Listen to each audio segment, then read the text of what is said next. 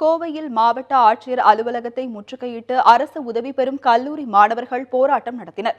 கோவை புதூர் பகுதியில் உள்ள அரசு உதவி பெறும் கல்லூரியில் போதிய அடிப்படை வசதிகள் இல்லை என புகார் தெரிவித்து மாணவர்கள் கடந்த சில ஆண்டுகளாக போராட்டங்களில் ஈடுபட்டு வந்தனர். இந்நிலையில் இன்று அக்கல்லூரி மாணவர்கள் ஏராளமானோர் மாவட்ட ஆட்சியர் அலுவலகத்தை முற்றுகையிட்டு போராட்டத்தில் ஈடுபட்டனர். கல்லூரியை அரசே ஏற்று நடத்த வேண்டும் எனவும் கோரிக்கை விடுத்தனர். காவல்துறையினர் நடத்திய சமாதான பேச்சுவார்த்தையை அடுத்து மாணவர்கள் கலைந்து சென்றனர்.